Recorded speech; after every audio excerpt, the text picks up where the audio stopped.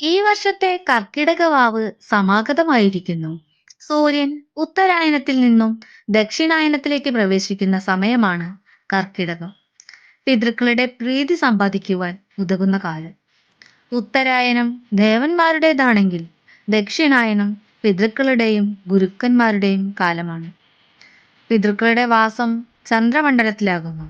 സൂര്യനും ഭൂമിയും ചന്ദ്രനും ഒരു നേർരേഖയിൽ വരുന്നത് വാവു ദിവസമാണ് പിതൃതർപ്പണത്തിന് യോഗ്യമായതെന്ന് ആചാര്യന്മാർ ഉദ്ഘോഷിക്കുന്നു. ഈ ദിവസമാണ് കർക്കിടക വാവ്.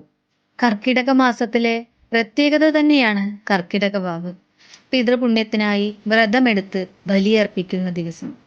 വാവിന്റെ തലേ ദിവസം ബലിയെടുക്കേണ്ടതുണ്ട്.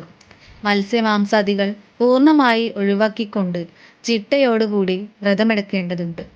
രാവിലെ മുതലാണ് വ്രതം ആരംഭിക്കുക. ഒരു നേരമാണ് വ്രതമെടുക്കുന്നവർ